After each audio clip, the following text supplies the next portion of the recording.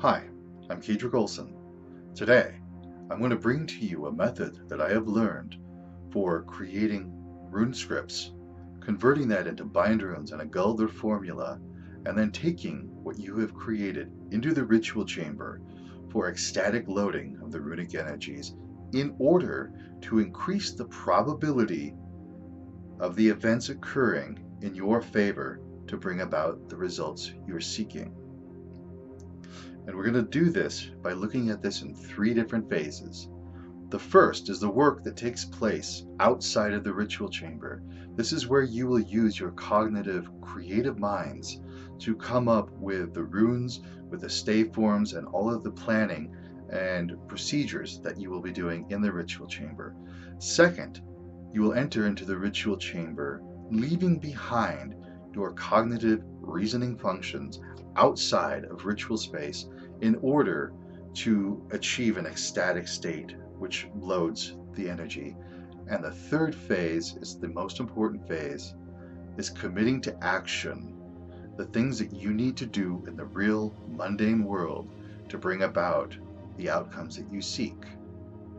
Throughout this entire process, two tools you will find are the most beneficial.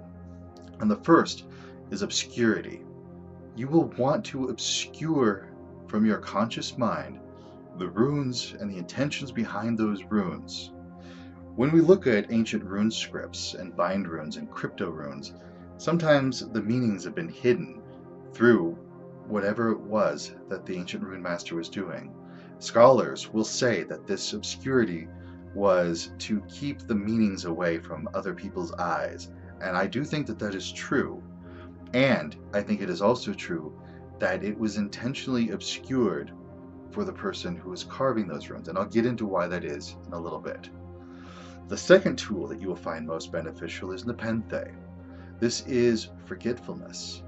You will learn to forget what it was that you were doing in the ritual chamber, why you were doing it, so that your conscious mind and your emotional body can no longer sabotage, worrying if you did the right thing in the right way for the right reasons. You will learn to forget that and leave it behind. Okay, the first stage is to create the rune script. In order to do that, I have found a favorite way of working with a will statement that comes to us from the sigilization process found in chaos magic.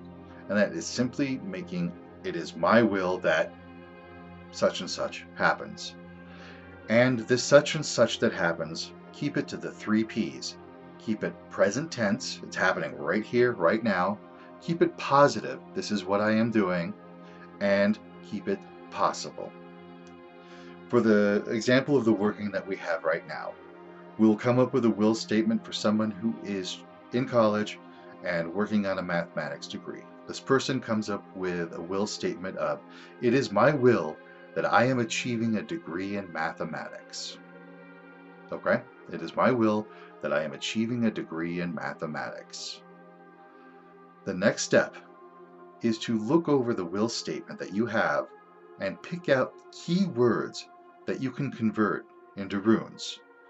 So in this statement, achieve, I am achieving, we will convert that into Yera, a rune associated with success, with boon, with accomplishment. A degree, we will associate that with the rune Raido, which has been known to talk about the written word for manifestation, movement, that sort of thing. So Raido is the degree. Mathematics, we will convert that into the rune Anzus, which is a rune associated with cognitive abilities, communication, awareness, that sort of thing. Now, if you're going to be working on a degree in music, instead of Anzus, maybe you want Laugus, a rune associated with emotions, with the deep subconscious, with the arts. And so Laugus is a good rune to associate with music. If you're working on a degree in law, maybe you want to use Tiwaz instead. And Tiwaz is associated with duty, with discipline, with justice. And Tiwaz would be good for working on a law degree. Now that you've got your 3 runes, before creating a bind rune out of this, we're going to create a Galdr statement. And what a Galdr statement is your first step into obscurity. You are going to pick out the first syllable of the names of each of these runes, or maybe it is just the vowel sounds, as Anzus is an A for the vowel sound. You're going to stick with just the seed sound of those runes, which in this case would be Ye, Rai, An, right? And come up with a nonsense way. Jumble these three syllables around. Maybe it's Rayan Yer, Yeran Re, An Ra Yer. Just jumble it up. Come up with something that feels right. Again, the keyword is feels right. And for the sake of this working, I'm going to jumble it all over the place. We just may say An Yera, right? Now, creating the bind rune, we need to separate our understanding of runes from staves. Staves are the straight lines that you see carved into stone, carved into wood, or written on the page. That is the stave. That is not a rune. A rune, according to the Havamal, if we look into the words of the Havamal in Old Norse and try to understand what it was meant, we realize that the little carvings, the little writings are not the runes. The runes are the universal mysteries, the universal forces that came into being in a time before time, is which Odin discovered when he hung himself upon the world tree.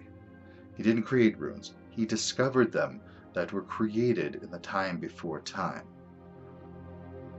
When he gave the runes to the Alfar, to the Dvergar, to humans, this is where maybe, we're talking mythologically, right? This is where we can finally start ascribing the stave form, the physical shape, with the universal mysteries, the universal energy. So in knowing that, you creating a bind rune simply by stacking these stave forms of the runes on top of each other. Get creative. Don't settle for your first attempt at putting these bind runes together. Get creative. Enjoy your time. Again, just think about what you're doing. Stack them on top of each other.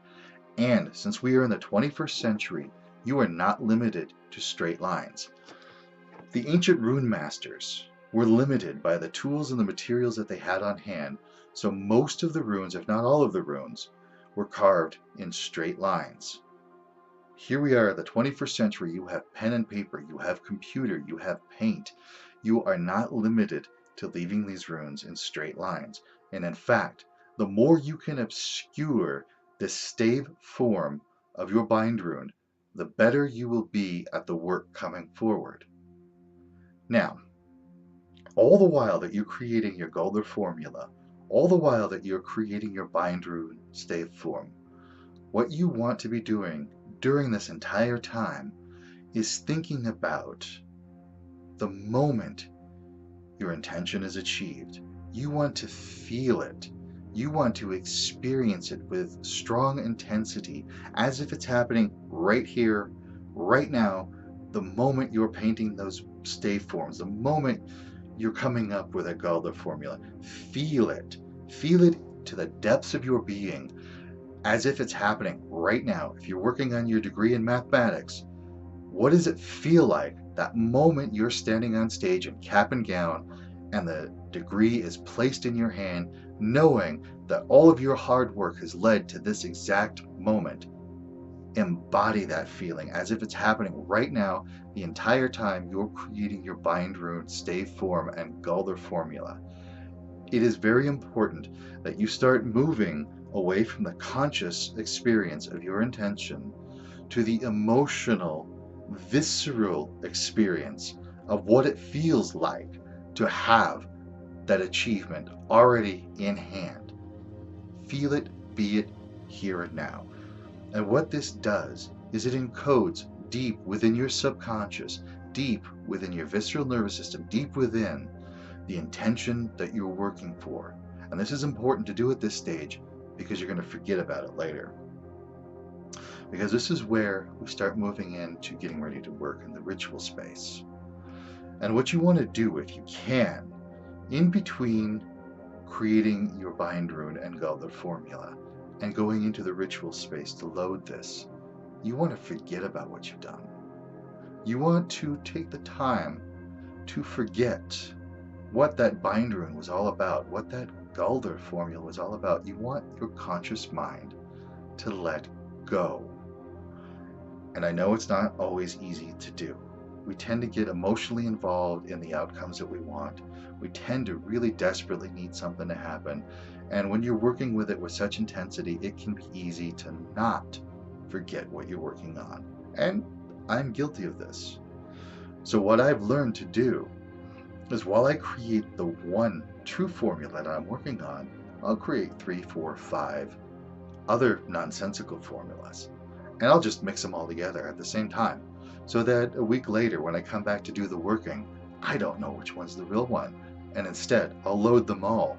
And in fact, I've been known to do up to 10 or more at one time, just so that I can have it under belt, so I let go of what it is I'm working on. In fact, the more emotionally I am attached to the outcome, the more likely I'm going to create nonsensical ones so that I let go of it. And this is where the work of Aleister Crowley, he wrote something very important to this kind of work here. To be unassuaged of purpose and free from the lust of result is in every way perfect.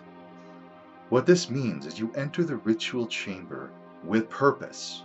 You are unassuaged of purpose. You have a reason for being there. You are there for it. Only that reason is locked deep within your body, deep within your subconscious. And you are free from the lust of result. It means you've already let go of whatever the outcome was. It's going to happen because you're doing the work. So you can let it go.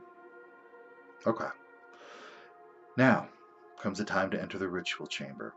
And remember, the ritual chamber is liminal time-space. This is the space between the realms of the gods and the realms of human. This is the space between Asgard and Midgard, the space between Ljósafheim and Midgard. This is time-space that is outside of time-space.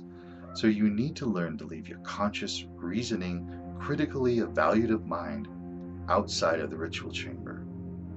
And you will do that through this working. I'll show you how. So first, set up sacred space, however it is that you normally do. If you use runes, if you use a hammer working, incense, candles, whatever it is you do to set sacred space. Then call in deity, if that's part of the work that you do. And say you're working on your degree for mathematics, you might want to call Odin. He's really good to call upon to help with intellectual matters. Now, set your bind rune stave form in some place where you can see it, where you can stare at it intently. I've got a black mirror that I tend to put this in front of because that works well for me.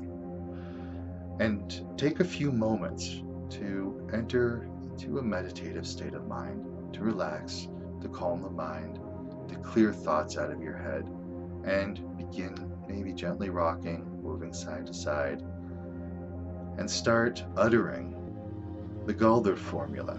We come up with it, Yeran Rai, just singing that over and over, Yeran Rai, Yeran Rai, over and over and over, increasing the intensity as you do. And you should bear in mind that as you do this, you may, to the inexperienced eye, look like a raving lunatic. You look like a berserk unleashed as you get into the full fury of singing, of calling out, of screaming, of growling the Galdr formula, and let yourself go to do that. This is the ecstatic working. This is the part of the soul complex called the Galdr, which we can talk about at another time. But the Galdr, the root of Odin's name, the master of the Galdr, is the ecstasy, the fury, the madness, the inspiration. And the Galdr is what lets out the sound with intention that loads the bind rune, that loads that runic formula that you have put together. It's just that Yeranre, Yeranre. Just say it over and over. Let yourself move, swaying back and forth, jumping around, screaming, hollering. Look like a raving mad lunatic while you're doing this. There is a psychological principle involved here, that whenever you engage in continuously repetitive act, the conscious mind eventually has nothing to do with it. The conscious mind wants to step aside and say, this is no longer the place for me, which is what you want. You want the conscious mind to step away so that as you are working with this, deep in the subconscious, you already have embedded the intention of your working. And as you're loading it with this ecstatic trance that you're putting yourself into, you are sending out the energy through vibration, through intention, into the causal realms, so that the probability of the intention that you have set forth increases, so that the events surrounding your achievement are more than likely to work out in your favor. Again, I'm not saying that what you're doing is going to happen poof like magic, because time is the medium in which all magic is resolved.